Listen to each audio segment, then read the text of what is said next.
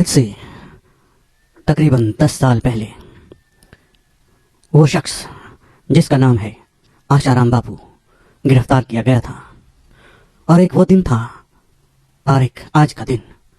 पिछले 10 सालों से आशाराम बापू जेल में ही बंद है।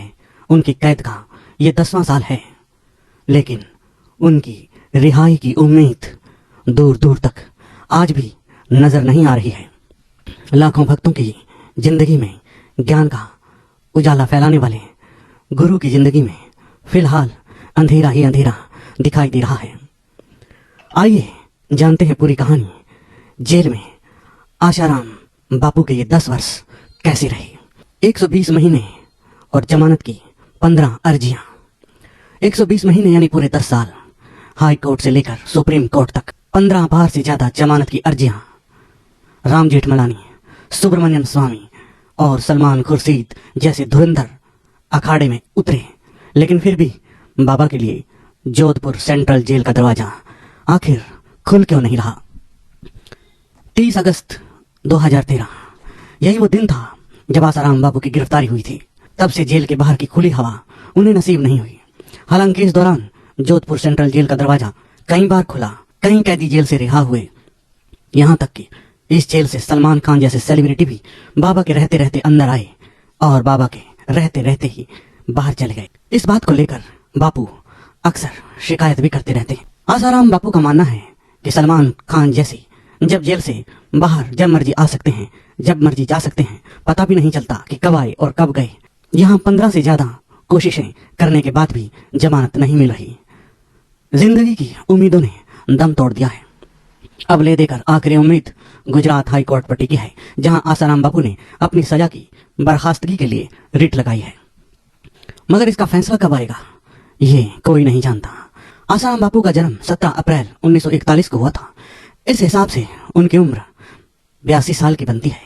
आशाराम इन 82 सालों में 10 साल सलाखों के पीछे गुजार चुके हैं और कई बार आशाराम ने अपनी उम्र का भी हवाला दिया है और इस उम्र का हवाला देकर अदालतों में जमानत की अर्जियां लगाई हैं, रिहाई और पैरोल की मांग की है।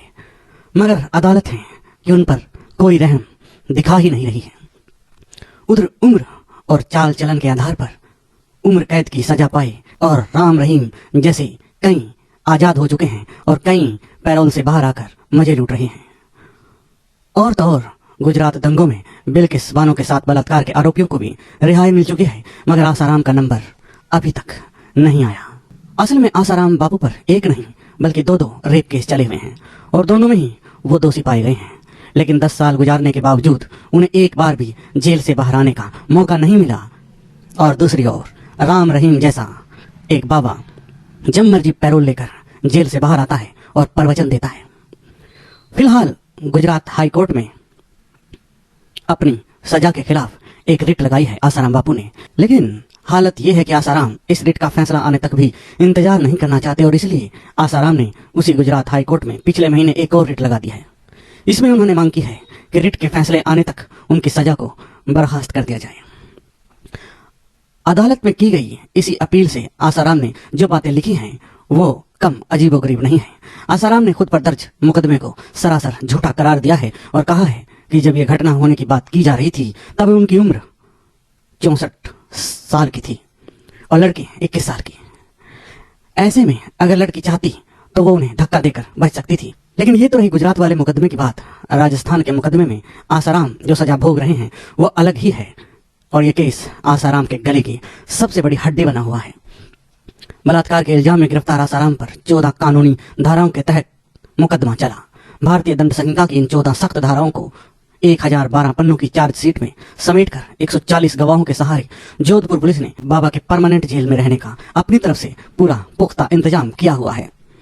आशाराम बापू पर किन किन धाराओं के अंतर्गत आरोप लगाए गए हैं आइए जरा इन धाराओं को भी देख लें। आईपीसी की धारा 376 एफ यानी किसी लड़की के साथ उसके शिक्षक, रिश्तेदार और अभिभावक या धर्मगुरु द्वारा बलात्कार करना, सजा 10 साल से लेकर उम्र कैद।